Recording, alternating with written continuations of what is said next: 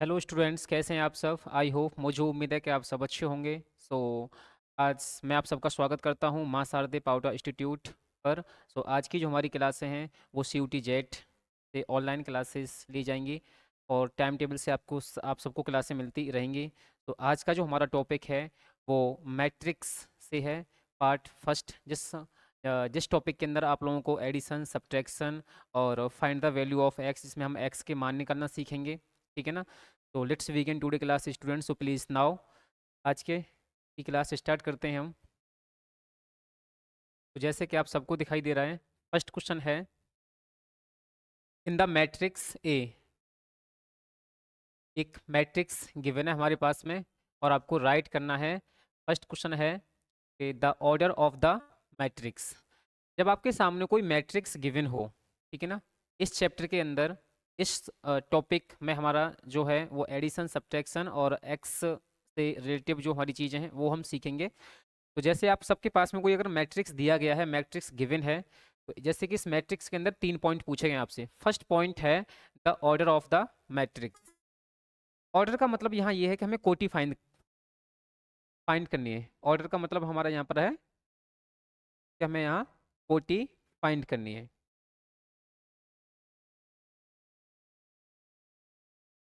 कोटी फाइंड करनी है, ठीक है ना। सेकंड पॉइंट है आपका द नंबर ऑफ एलिमेंट्स, और एलिमेंट्स का हिंदी शब्द होता है अवयव। और उसके बाद में थर्ड पॉइंट है राइट द एलिमेंट्स A12, जो आपको ये दिखाई दे रहा है, इसका मतलब है A12 और ये है A21 और ये है A33 और ये है A24 और ये है A11। तो 3 टॉपिक पूछे गए आप लोगों से, इसमें 3 क्वेश्चन पूछे गए। तो मैं आप सबको बता दूं कि the order of the matrix, यानी कि हर एक मैट्रिक्स एक ऑर्डर में होता है। और वो ऑर्डर का मतलब यहाँ ये होगा कि ऑर्डर में का मतलब कोटि पूछी जा रही है, और कोटि का मतलब है कि आप लोगों को मैट्रिक्स में रो और पंक्ति बतानी है कि रो कितनी है और इसमें कॉलम कितने हैं। मतलब आपको पंक्ति और स्तंभ बताने होते हैं, ठीक है ना। रो रो का मतलब होता है आप लोगों का, जैसे ये रो दिखाई दे रही है ना। इस कंडीशन में जो नंबर लिखे हुए हैं वो हमारे हैं रो। रो को हम क्या बोलते हैं? पंक्ति बोलते हैं, ठीक है ना। और जो इस कंडीशन में आपको नंबर दिखाई दे रहे हैं ऐसे, जो इस फॉर्म में लिखे हुए हैं इस साइज में, वो है हमारे कॉलम, ठीक है ना, यानी कि स्तंभ। यानी इस को हम क्या बोलेंगे? पंक्ति, यानी कि रो। और ये है स्तंभ, यानी कि कॉलम, ठीक है ना। अब देखना ये है कि इसमें रो कितनी है। तो जैसे आप सबको दिखाई दे रहा है यहाँ,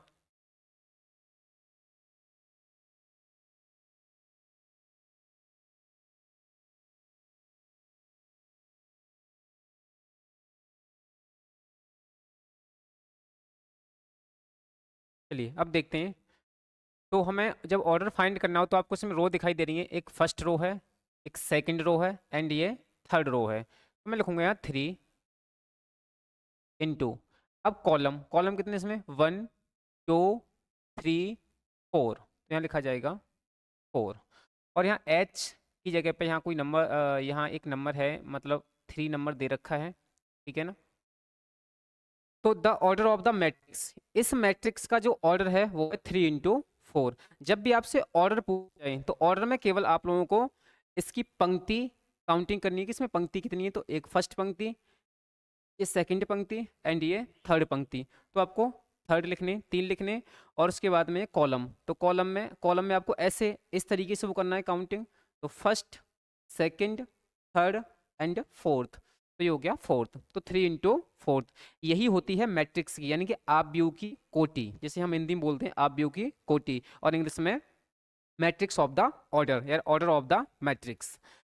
अब उसके बाद सेकंड सेकंड क्वेश्चन है the number of elements.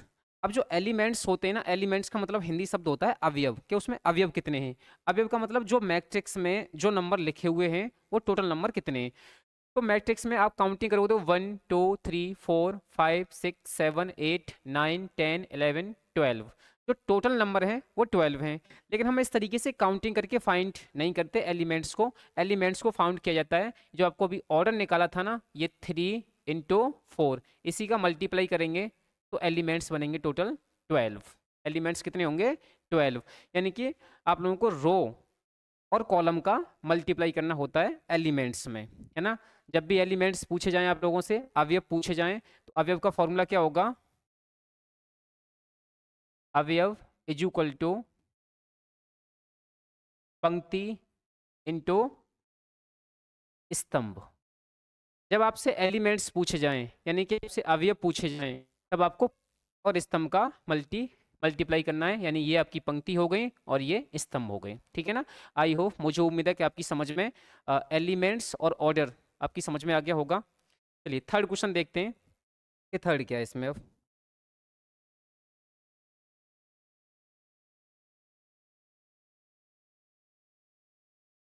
Question number third है, तीसरे में दे रखा है राइट द एलिमेंट्स A12। जो आपको दिखाई दे रहा है ये A12, ठीक है ना, ये इस तरीके से लिखा हुआ है, थोड़ा टाइपिंग करने में मिस्टेक हो गई है उसमें, ठीक है ना। यानी कि आपको A12, A21, A33 है, ये A24, A11।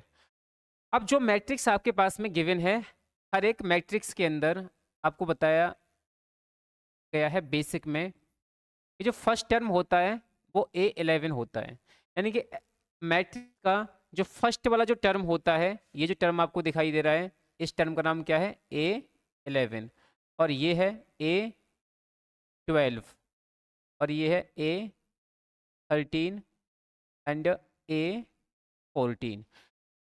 मैट्रिक्स की फर्स्ट रो जो है वो स्टार्टिंग होती है, फर्स्ट रो की स्टार्टिंग होती है A11, A12, A13, A14। ये फर्स्ट रो की काउंटिंग है। जब अपन सेकंड रो की काउंटिंग करेंगे, यहाँ पे फर्स्ट रो की जो काउंटिंग होती है वो A12, A13। जब सेकंड रो, ये मैं आपको थोड़ा इंट्रोडक्शन बता रहा हूँ कि जो हमारे एलिमेंट्स होते हैं A11, A12, A13, A21 वो कहाँ पर होते हैं, कहाँ से स्टार्ट होते हैं। इसके बाद फर्स्ट जो रो है वो कहाँ से स्टार्ट होती है? A11 पे से। 11 के बाद 12, 13 कंटिन्यू, नंबरों को आगे बढ़ाते चलते हैं। अब सेकंड जो रो है वो 21 से शुरू होती है। सेकंड रो का फर्स्ट जो एलिमेंट्स होता है वो कौन सा होता है? A21। और सेकंड होगा A22 एंड A33। उसके बाद 21 से कंटिन्यू चलना है, लगातार चलना है, 21, 22, 23, अगर नेक्स्ट आगे और भी हैं तो वो 24, 25, 26 ऐसे।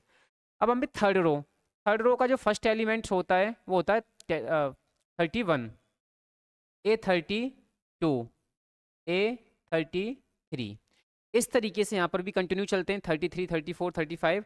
अब फोर्थ रो होती है यहाँ पर, सपोज दैट, तो वहाँ फर्स्ट एलिमेंट होता है A41, A42, फिर A43। इस तरीके से रो एलिमेंट्स स्टार्ट होते हैं, यानी कि 11 से फर्स्ट रो स्टार्ट होती है, सेकंड रो 21 से, थर्ड रो 31 से, अगर फोर्थ रो होती तो वो 41 से।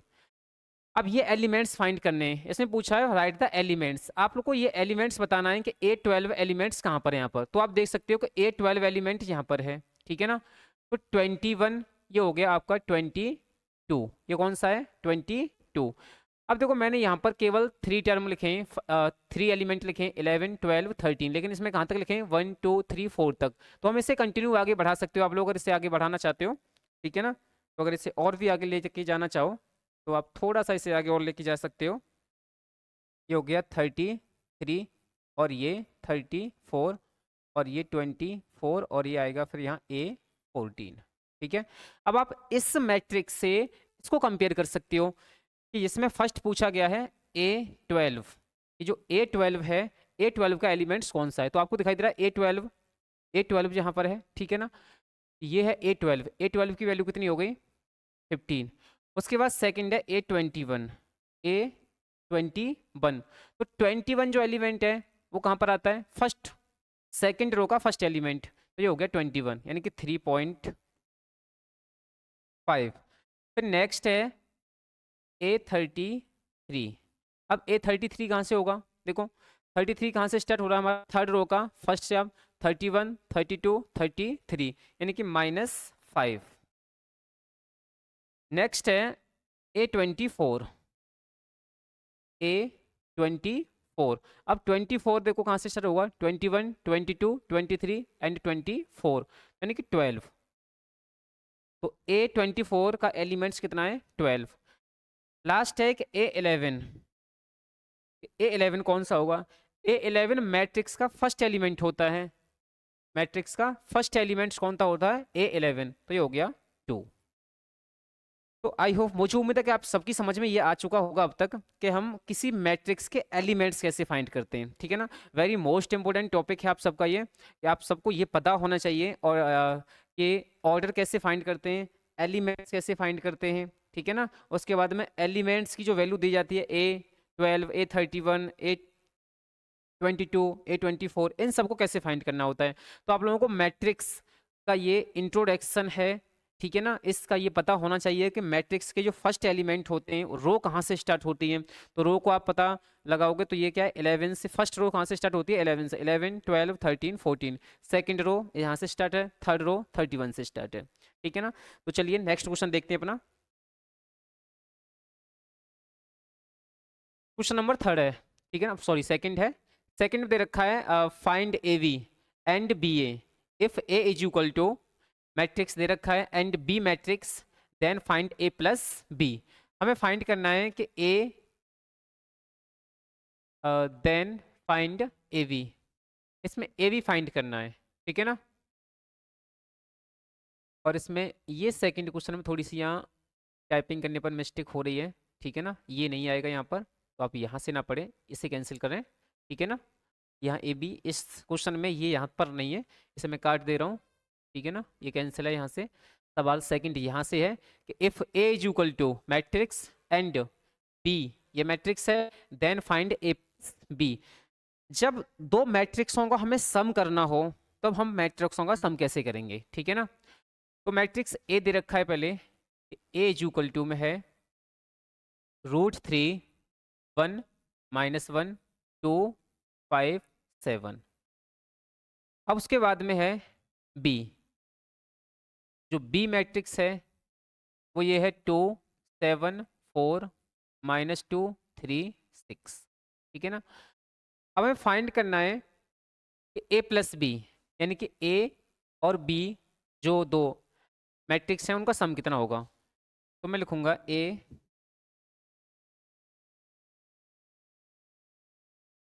A plus B is equal to A plus B। जब हमने मैट्रिक्स के अल्फाबेट को प्लस किया तो मैट्रिक्स को भी हम क्या करेंगे, प्लस करेंगे। तो जो फर्स्ट एलिमेंट दिखाई दे रहा है ना, फर्स्ट मैट्रिक्स का फर्स्ट एलिमेंट सेकंड मैट्रिक्स के फर्स्ट एलिमेंट से प्लस होगा, यानी कि फर्स्ट, यानी कि A11 से प्लस होगा, यानी कि फर्स्ट टर्म फर्स्ट एलिमेंट से प्लस होगा। ये क्या है, फर्स्ट एलिमेंट है, ये फर्स्ट एलिमेंट है, इन दोनों को प्लस करेंगे। अगर √3 को 2 में प्लस करेंगे तो वैल्यू आएगी 2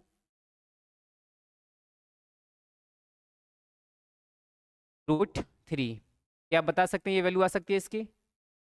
ज़्यादातर स्टूडेंट क्या होते हैं कि जैसे 2 प्लस √3 है, ये वैल्यू दे रखी है, ठीक है ना।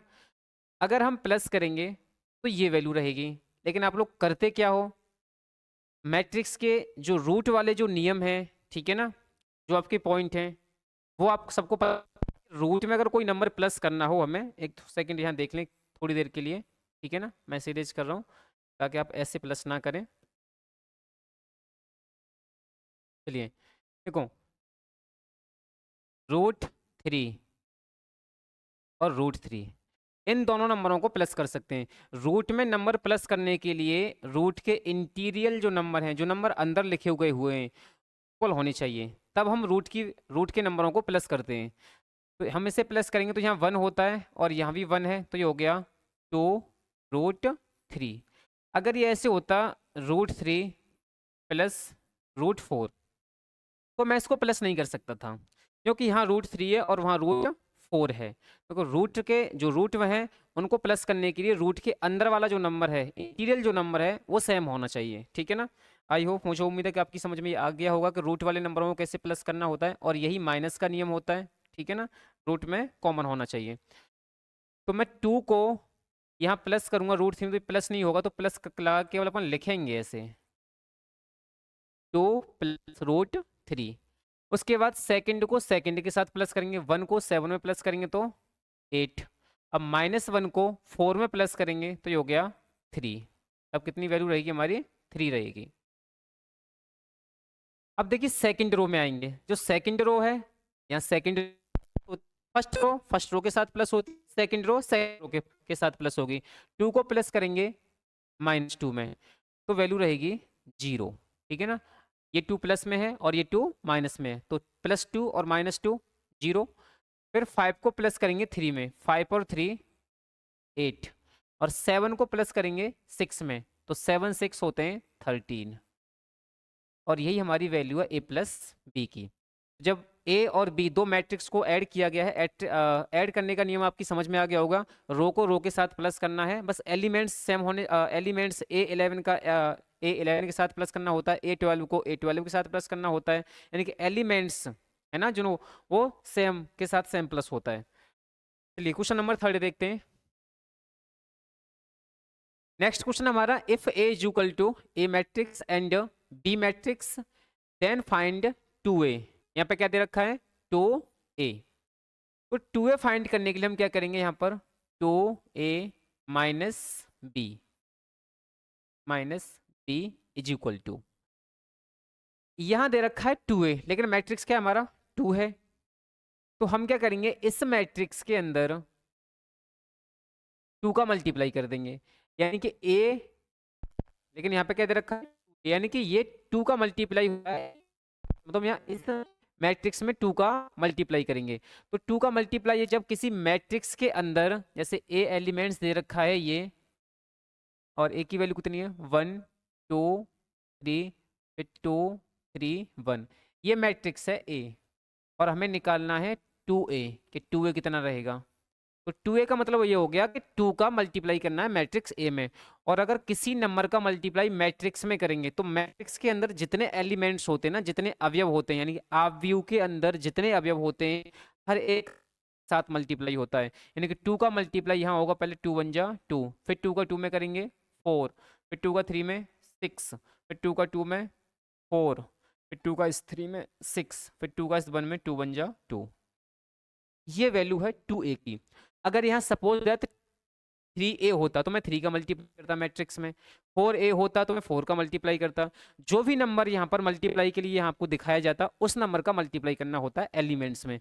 और इस बात को बहुत अच्छे तरीके से ध्यान रखें कि किसी नंबर का मल्टीप्लाई मैट्रिक्स के प्रत्येक अवयव में होता है, हर एक each elements of the matrix, ठीक है। तो 2a की वैल्यू लिखेंगे, 2a की वैल्यू है यहाँ 2 4 6, फिर 4 6 2। अब इसमें से माइनस करना है हमें बी वाले मैट्रिक्स को। B matrix as it is रहेगा ऐसे कैसे ही, 3 -1 0 एंड 3 2, ठीक है ना। अब इसे माइनस कर लेते हैं, तो 2a minus B is equal to, जैसे मैंने मैट्रिक्स को सम करना भी बताया था ऐसे ही माइनस होता है, एलिमेंट सेम होने चाहिए, ठीक है ना। जैसे दिया 2 में से माइनस करेंगे 3 को, अगर यहाँ रफ देखें हम 2 में से माइनस करेंगे 3 को तो वैल्यू बचेगी -1, कितनी रहेगी -1, तो फर्स्ट एलिमेंट क्या रहेगा -1। अब 4 में से माइनस करेंगे -1 को, तो ये 4 है, माइनस करेंगे इसमें से -1 को, तो माइनस माइनस प्लस हो गया ना। जब ब्रैकेट के बाहर माइनस का साइन हो तो इंटीरियर साइन चेंज हो जाता है, अगर किसी ब्रैकेट को हटा, ब्रैकेट के माइनस का साइन है तो अंदर वाला साइन चेंज हो जाता है, प्लस हो गया, तो वैल्यू कितनी आ गई आपकी 5, तो सेकंड एलिमेंट हो गया 5। अगला 6 में से 3 माइनस करेंगे तो 3, फिर 4 में से -1 माइनस करना है तो यहाँ पर भी कितनी वैल्यू रहेगी 5, फिर 6 में से 0 माइनस करेंगे तो 6, और 2 में से 2 माइनस करेंगे तो 0। तो सेकंड आंसर ये है आपका। तो 2a माइनस बी का जो मैट्रिक्स है वो ये रहेगा, ठीक है ना। तो उम्मीद है कि आपकी समझ में आ रहा होगा। चलिए नेक्स्ट क्वेश्चन देखते हैं, क्वेश्चन नंबर 4 में दे रखा है find the value of x minus y. Sorry यहाँ थोड़ी टाइपिंग में मिस्टेक है, तो यहाँ जो लिखा है वो ये लिखा है x कॉमा माइनस, ठीक है ना। यहाँ x माइनस वाई नहीं है, x माइनस है, तो अब यहाँ कॉमा लगा सकते हैं, ठीक है ना। यह कॉमा है, ये माइनस नहीं है। Find the value of x comma y and z for which, ये मैट्रिक्स दे रखे हैं और इस मैट्रिक्स के अंदर हमें फर्स्ट मैट्रिक्स ये है 4 3 और यहाँ आपके x है, यहाँ लिखा हुआ है x, ठीक है ना। उसके बाद वाई जेड बाकी सब ठीक है, ठीक है ना। तो आप यहाँ x कॉमा वाई है, तो मैट्रिक्स ये है आपका 4 3 x 5 फर्स्ट मैट्रिक्स, और ये इक्वल है सेकंड मैट्रिक्स के वाई जेड 1 5। इसमें फाइंड करना है कि x की वैल्यू क्या है, y की वैल्यू क्या है एंड z की वैल्यू क्या है इसमें, ठीक है ना। लेकिन दो मैट्रिक्स के बीच में जब इक्वल का साइन लगा हुआ है, इसका मतलब है कि दोनों मैट्रिक्स वो इक्वल हैं, पहले से क्या है, इक्वल हैं। तो हमें तो बस एलिमेंट्स को कंपेयर करना होता है कि a11 के इक्वल होगा, a12 के इक्वल होगा, a21 के इक्वल होगा, यानी कि फर्स्ट एलिमेंट फर्स्ट के इक्वल होगा।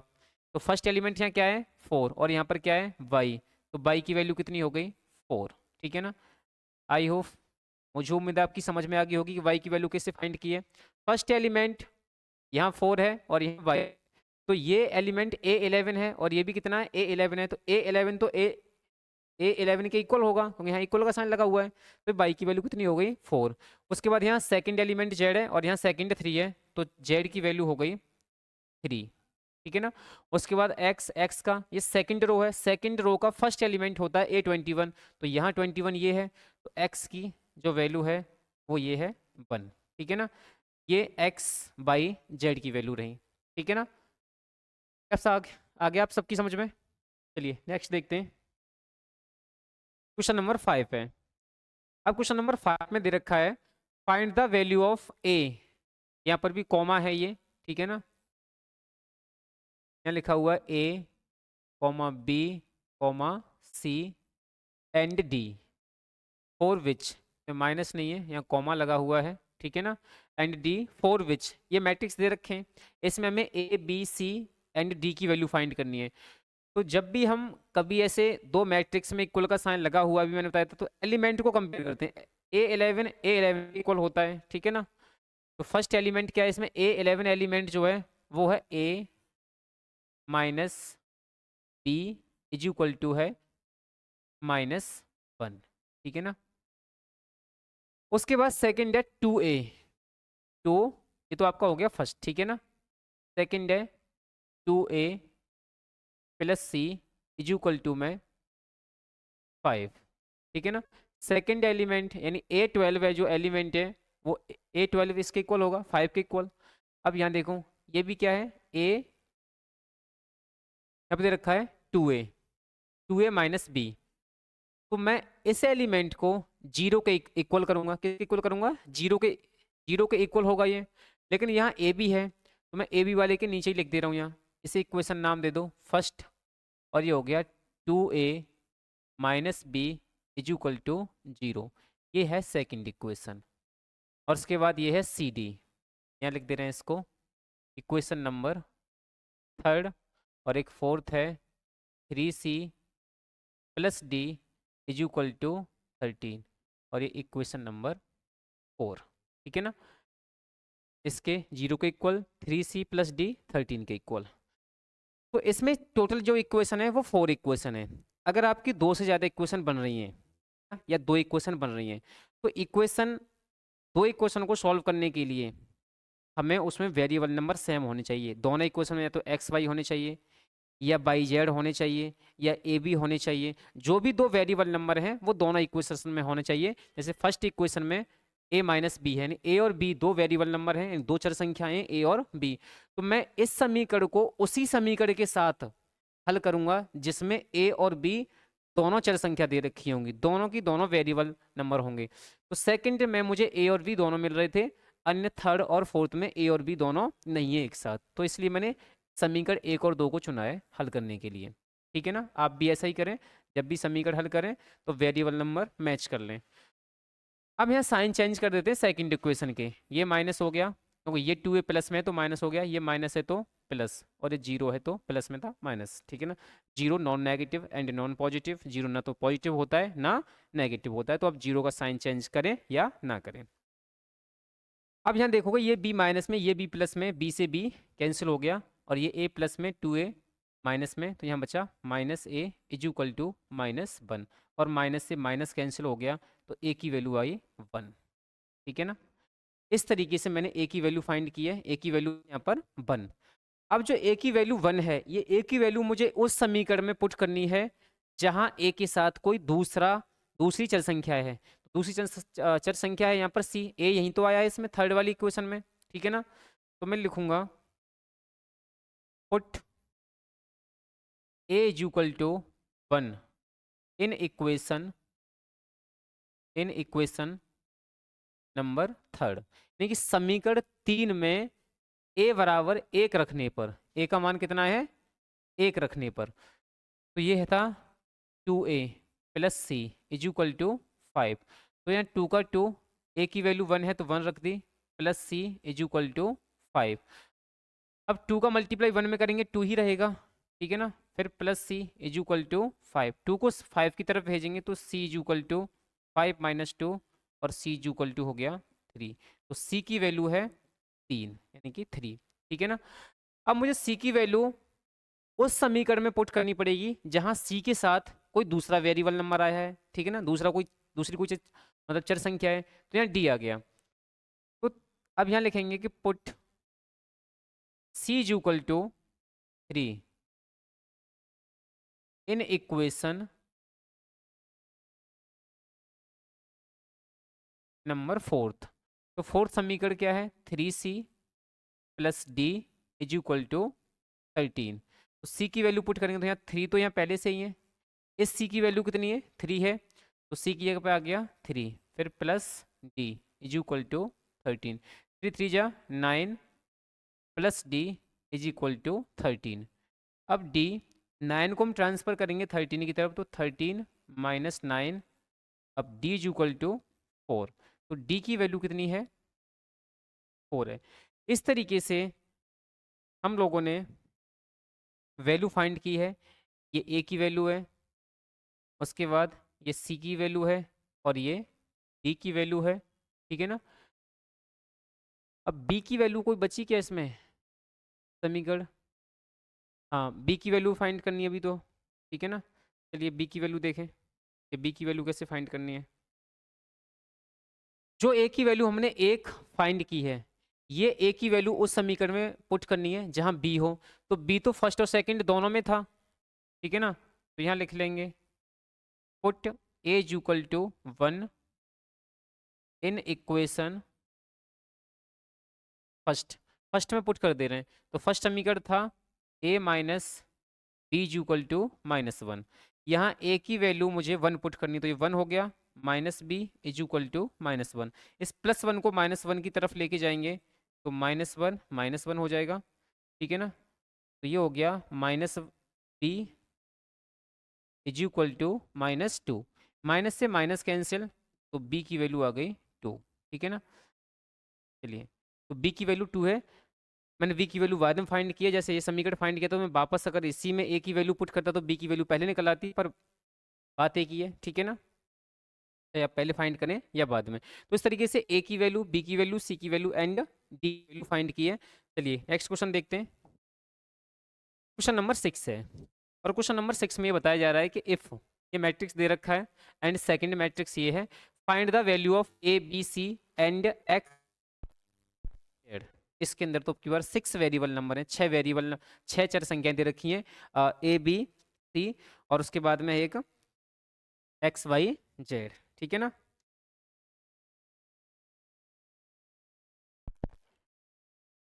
चलिए अभी की तरह इसको भी आपको सवाल को सॉल्व करना है, ठीक है।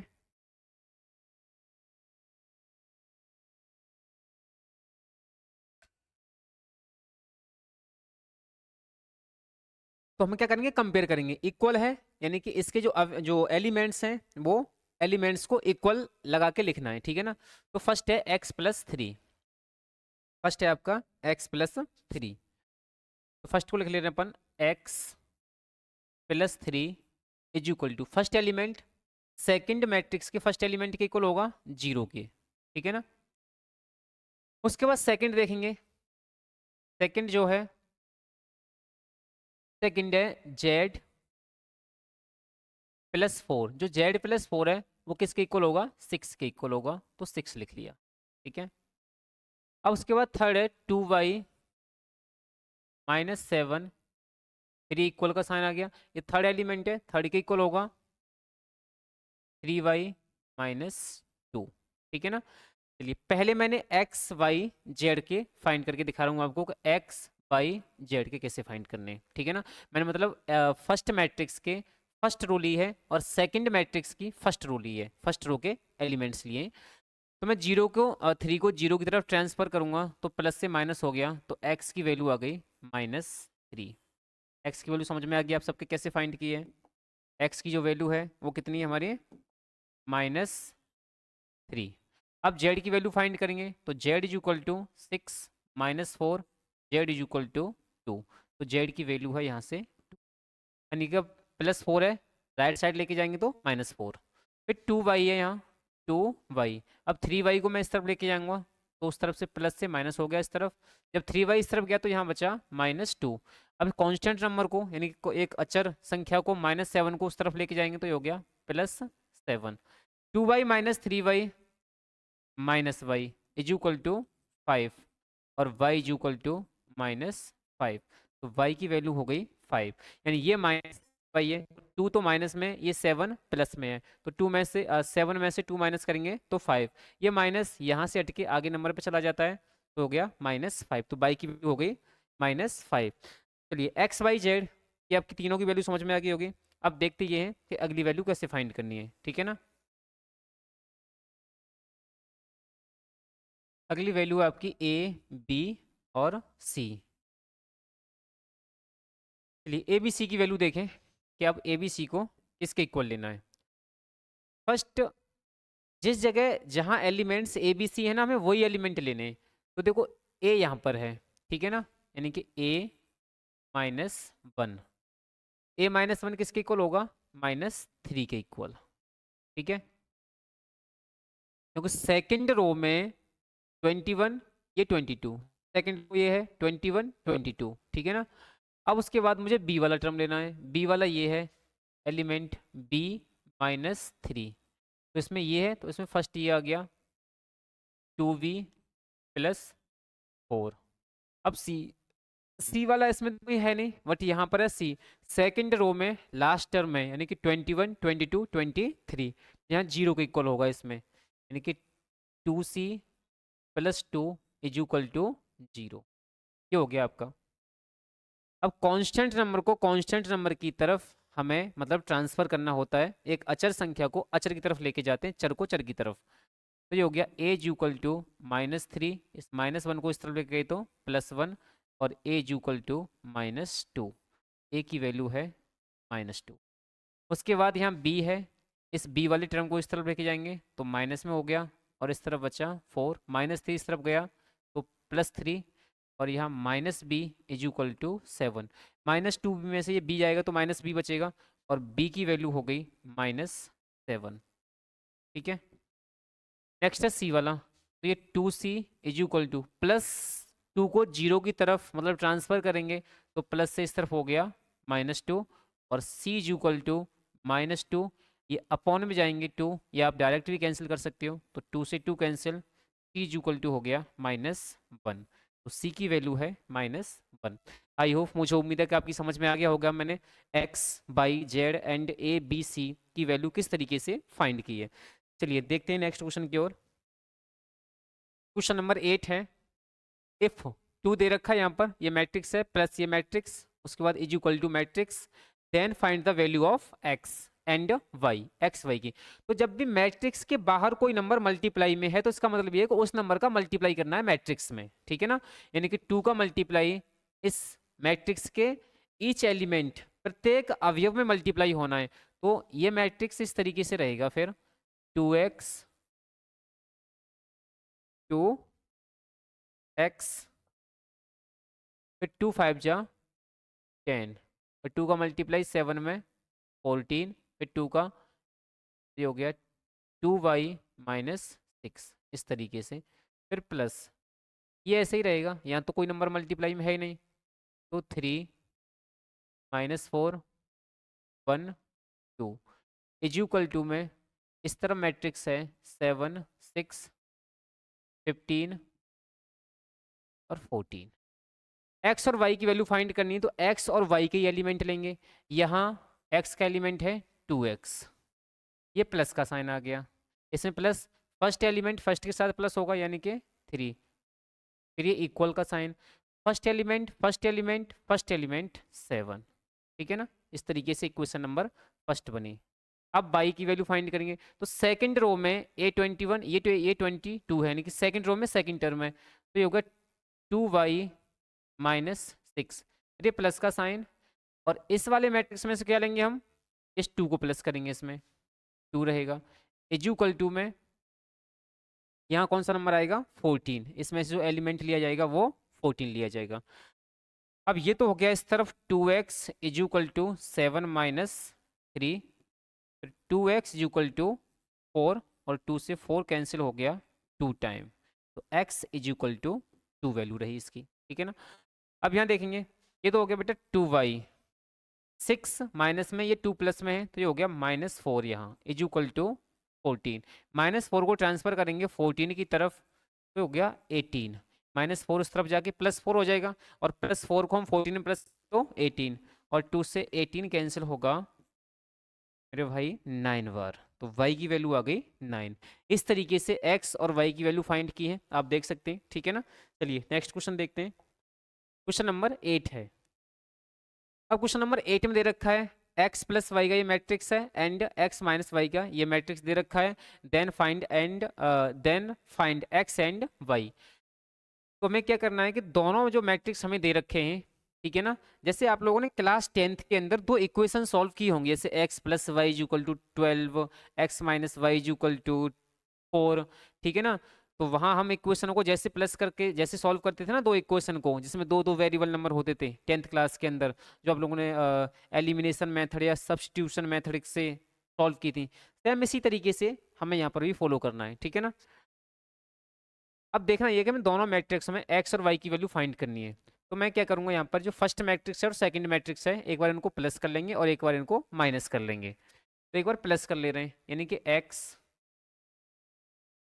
Plus y, x plus y को हम मैं प्लस करूंगा, यानी इसमें एक्स माइनस वाई के साथ, ठीक है ना। यानी कि फर्स्ट मैट्रिक्स ये है, सेकंड मैट्रिक्स ये है, इन दोनों को मैंने क्या किया है, प्लस किया है। तो फर्स्ट मैट्रिक्स कितना है आपका, फर्स्ट है 7 0 2 5, और इसको बेटा प्लस करना है सेकंड मैट्रिक्स में, सेकंड है 3 0 0 3। अब जब इसे प्लस करेंगे तो यहाँ देखोगे आप लोग, जो हमारी बाई है ना, ये बाई से वाई कैंसिल हो गया, क्योंकि ये वाई प्लस में और ये वाई माइनस में है। अब ये जब कैंसिल हो गया तो x और x मिलके कितने हो गए बेटा, 2x हो गए, ठीक है ना। और 2x यानी कि ये x प्लस में, ये भी x प्लस में 2x। अब यहाँ एलिमेंट प्लस होंगे, दोनों मैट्रिक्स को जब हम प्लस करेंगे तो एलिमेंट प्लस करेंगे, 7 को 3 में प्लस करेंगे तो ये हो गया 10, और 0 को 0 में प्लस करेंगे तो 0, 2 को 0 में प्लस करेंगे 2, और 5 को 3 में प्लस करेंगे 8, ठीक है ना। प्लस करने का और माइनस करने का रूल क्या होता है, आपको एलिमेंट्स जो है ना दोनों मैट्रिक्स के, वो सेम एलिमेंट्स को प्लस करना होता है, A11 को A11 के साथ, A12 को A12 के साथ, ठीक है ना, रो और एलिमेंट्स को ध्यान में देते हुए। अब ये जो 2 है ना, वो अपॉन में जाएगा, यानी कि यहाँ से इसको डिवाइड करेगा, तो x इक्वल टू, यानी डायरेक्टली डिवाइड कर दे रहा हूँ मैं, यानी कि ये 2 जो है वो यहाँ कॉफिशिएंट गुणांक में है, यहाँ डिवाइड में जाएगा तो ये प्रत्येक एलिमेंट को डिवाइड करेगा। तो पहले 2 10 को डिवाइड किया 5 बार, फिर 2 0 को डिवाइड किया 0 बार, 2 से 2 कैंसिल हो गया 1 टाइम, और 2 से 8 कैंसिल हो गया 4 टाइम। तो मैट्रिक्स ए जो है, एक्स जो है, मैट्रिक्स एक्स जो है वो फाइंड हुआ है अभी, इस तरीके से मैंने मैट्रिक्स एक्स को फाइंड किया है। अब हमें देखना है यहाँ पर इस तरीके से सेकंड वाले को। इस सेकंड में हम कैसे फाइंड करेंगे?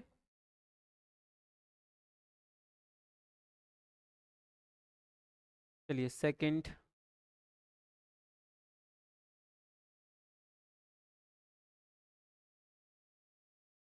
सेकंड देखो मैं इसी साइड में सॉल्व कर दे रहा हूँ।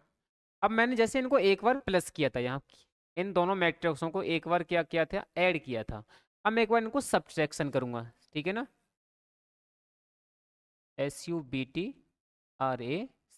अब मैं एक बार इनको सब्ट्रैक्शन करूंगा, यानी कि जो x प्लस वाई है ना, x प्लस वाई माइनस करना है हमें सेकंड वाले मैट्रिक्स को। यानी सेकंड मैट्रिक्स क्या है आपका, x माइनस वाई।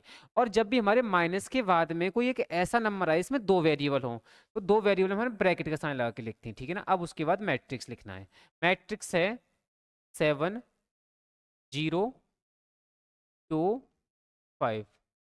फिर इसमें से माइनस करना है सेकंड को, जो है 3 0 0 3, ठीक है ना। तो इसे सॉल्व करेंगे तो x plus y minus x और plus y is equal to, जब भी ब्रैकेट को हटाएंगे तो इंटीग्रल साइन चेंज हो जाता है। अगर किसी ब्रैकेट के बाहर माइनस का साइन है तो अंदर वाला साइन चेंज हो जाता है, माइनस हो तो प्लस, और अगर अंदर प्लस है तो बाहर माइनस। अब इस तरीके से ऐसे ही रहेगा 7 0 2 5 माइनस सेकेंड मैट्रिक्स 3 0 0 3। अब आप देखोगे x से x कैंसिल हो गया अब की बार, ठीक है ना। y और y मिलके हो गए 2y, ठीक है। अब उसके बाद जब यहाँ x x से कैंसिल हो गया, y y 2y हो गया। अब यहाँ माइनस करेंगे, माइनस का साइन है तो 7 में से 3 माइनस किया तो 4, 0 में से 0 माइनस किया तो 0, 2 में से 0 माइनस किया तो 2, और 5 में से 3 माइनस किया तो बचे 2। अब यहाँ से ये जो 2 है वो इस मैट्रिक्स को डिवाइड करेगा, तो y इज इक्वल टू, ये बचा 2 2 जा 4, 2 को 0 डिवाइड किया 0, 2 से 2 डिवाइड हुआ 1, और 2 से 2 1, ठीक है ना। तो ये इस तरीके से हमारी वैल्यू हो गई y का मैट्रिक्स, ठीक है ना। तो हमें x और y की वैल्यू फाइंड करनी थी, मतलब x और y के मैट्रिक्स फाइंड करने थे। तो ये x का मैट्रिक्स है और ये y का मैट्रिक्स है। चलिए नेक्स्ट देखते हैं, क्वेश्चन नंबर 9। 9 भी ऐसे दे रखा है, find the value of x and y। तो हमें x और y की वैल्यू फाइंड करनी है, ठीक है ना। If x is equal to, नहीं यहाँ इज इक्वल टू तो नहीं होगा, यहाँ सिर्फ केवल x ही है ये, ठीक है ना, सिर्फ x है, इज इक्वल टू का साइन नहीं होगा। थोड़ी टाइपिंग में पीपीटी बनाते थोड़ी मिस्टेक हो गई, उस इक्वल का साइन लगा दिया भाई ने, तो यहाँ केवल x रहेगा और प्लस y, ये सही है, बाकी सब ठीक है। तो हम x का मल्टीप्लाई, देखो मैट्रिक्स के बाहर x है तो x का मल्टीप्लाई करेंगे इस मैट्रिक्स में, तो ये हो गया 2x और फिर ये 3y, ठीक है ना, इस तरीके से हो गया। फिर प्लस का साइन है और प्लस के बाद में y का मल्टीप्लाई करेंगे तो माइनस y, और यहाँ y का मल्टीप्लाई करेंगे तो ये y इज इक्वल टू में इस तरफ है 10 और ये 5। अब 2x, देखिए अब इन दोनों मैट्रिक्स को, जो दोनों हमारे अवयव हैं, इनके बीच में प्लस का साइन है, तो मुझे 2x के साथ प्लस करूंगा माइनस वाई को, तो प्लस का साइन हट जाएगा माइनस वाई, फिर ये इज इक्वल टू 10। ये तीनों मैट्रिक्स में फर्स्ट फर्स्ट एलिमेंट ले लिया, ठीक है ना, और इस तरीके से ये है इक्वेशन नंबर फर्स्ट। अब सेकंड लेनी है तो सेकंड में ये x है, तो ये हो गया 3x, फिर plus y is equal to में ये 5, ये है सेकंड, ठीक है ना। 3x में प्लस किया इस y को और इज इक्वल टू में 5। अब इन दोनों को सॉल्व करेंगे तो आपको दिखाई दे रहा है यहाँ y से y कैंसिल है। अगर हमारे y से y कोई अगर चर संख्या कट रही है तो हम डायरेक्ट काट देते हैं, और अगर ना कटे तो सेकंड इक्वेशन जो आपको दिखाई दे रही है इसके साइन चेंज करते हैं, ठीक है ना। अगर पहले से हमारी चर संख्या मैच हो रही हैं और कट भी रही हैं तो उनको काट देते हैं, बट मैच हो रही हैं दोनों प्लस प्लस में या दोनों माइनस माइनस में, तब हम साइन को चेंज कर लेते हैं सेकंड इक्वेशन के, ठीक है ना। तो 22 से y कैंसिल हो गए दोनों प्लस में, तो ये हो गया 5x इज इक्वल टू इस तरफ 15, और 5 से 15 कैंसिल हो गया, x इज इक्वल टू 3, तो x की वैल्यू है 3। अब इस x की वैल्यू को पुट करना है इक्वेशन नंबर फर्स्ट या सेकंड में। तो put x equal to 3 in equation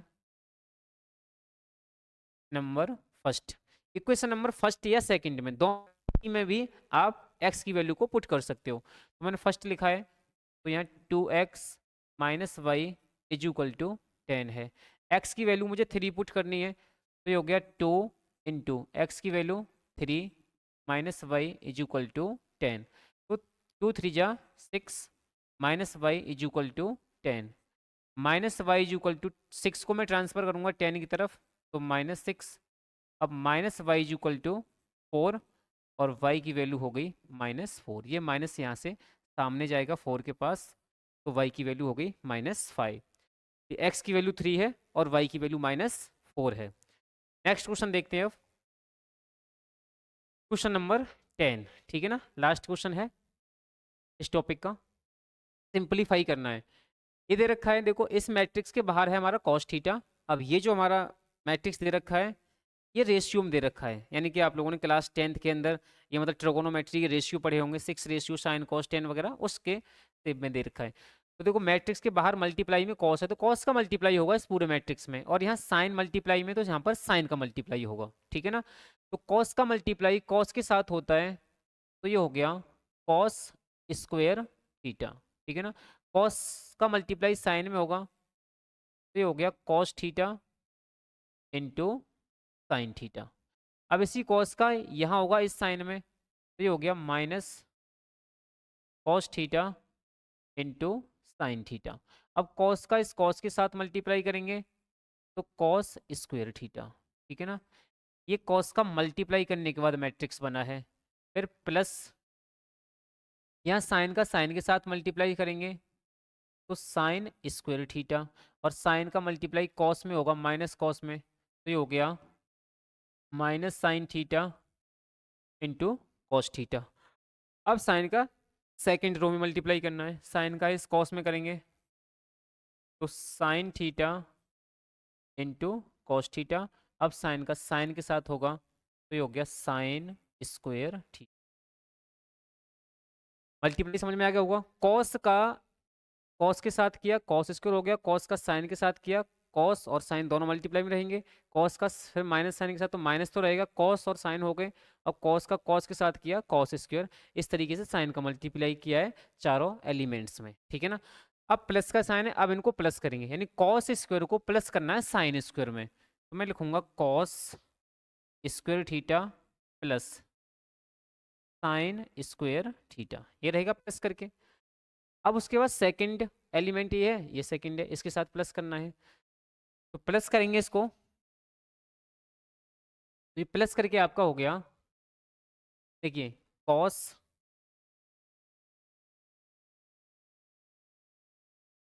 theta sine theta. अब इसे प्लस करेंगे सेकंड में, तो सेकंड तो माइनस में है, तो माइनस का साइन आएगा, ठीक है ना, साइन थीटा और कॉस थीटा। अब इसे देख लो, इसे प्लस करना है इसके साथ, तो ये हो गया minus cos theta into sine theta. अब इसे इसके साथ प्लस करेंगे, तो ये हो गया cos square theta plus sine square theta, ये मैट्रिक्स बना। अब देखो cos square theta plus sine square theta, ये एक फॉर्मूला होता है जो आप क्लास 10th के अंदर पढ़ के आए होंगे। अगर कभी भी cos square theta plus sine square theta आ जाए तो उसकी वैल्यू 1 होती है, मतलब एक सेम एंगल थीटा और यहाँ पर भी है थीटा, मतलब एक इक्वल एंगल, ये कॉस और साइन के स्क्वायर की जो वैल्यू रहेगी, कॉस और साइन के स्क्वायर का जो सम होता है वो बन के इक्वल होता है, तो इसकी वैल्यू कितनी हो गई 1 हो गई, ये फॉर्मूला है, ठीक है ना। यहाँ देखो ये माइनस में और ये प्लस में दोनों इक्वल हैं, कैंसिल हो गया, ठीक है ना, तो यहाँ पे क्या बचा 0। अब उसके बाद में, हाँ मैंने थोड़ा ये प्लस नहीं किया, इसे इसमें लिखना भूल गया, तो आप इसे लिख लें यहाँ प्लस करके, प्लस में लिखना यहाँ साइन थीटा और ये कॉस थीटा, तो इससे ये कैंसिल हो गया, तो यहाँ वैल्यू बची 0, और उसके बाद में इसकी वैल्यू हो गई 1। ये भी एक फॉर्मूला बन रहा है, ठीक है। तो इस तरीके से हमारा फाइनल आंसर है वो ये है, ठीक है ना। आप देख सकते हैं यहाँ पे थोड़ा लिखना भूल गया था मैं, तो आप इन दोनों को प्लस करेंगे, ठीक है। मैंने फर्स्ट लिख के ही छोड़ दिया था, हम इसको, चलिए जैसे मैंने यहाँ इन दोनों को प्लस किया है सेम उसी तरीके। तो आज की जो हमारी जो क्लास है वो 10th क्वेश्चन थे इसमें, जो मैंने आज की क्लास में सॉल्व किए हैं, ठीक है ना। तो आई होप, मुझे उम्मीद है कि आप सबकी समझ में ये मैट्रिक्स के सम और एक्स और वाई की कैसे वैल्यू फाइंड करनी है ये आप सबकी समझ में आया होगा, ठीक है ना। बाकी ये वीडियो आप लोगों को कैसी लगी, किस तरीके से आप लोगों के इस वीडियो को समझ में आया है, ठीक है ना, वो आप मुझे कमेंट बॉक्स में ज़रूर बताएं, ठीक है ना। जो भी आपके कुछ डाउट्स वगैरह हों वो भी प्लीज़ आप मुझे लिख करके बताएं। और अगर वीडियो के अंदर आपको कुछ लग रहा है कि सर इस तरीके से होना टाइप के क्वेश्चन होने चाहिए, तो वो आप सब मुझे कमेंट बॉक्स में बता सकते हैं। उसके हिसाब से आपको वीडियो मिलती रहेंगी, उसके हिसाब से आपको टॉपिक भी मिलते रहेंगे। तो इसका सेकंड जो पार्ट है जिसमें मैट्रिक्स में हम मल्टीपल और इन्वर्स फाइंड करना सीखेंगे, वो हमारे सेकंड पार्ट में आप लोगों को मिलेंगे। इसमें हम addition, subtraction and x y की वैल्यू फाइंड करना सीखें। तो जय हिंद साथियों, जय हिंद।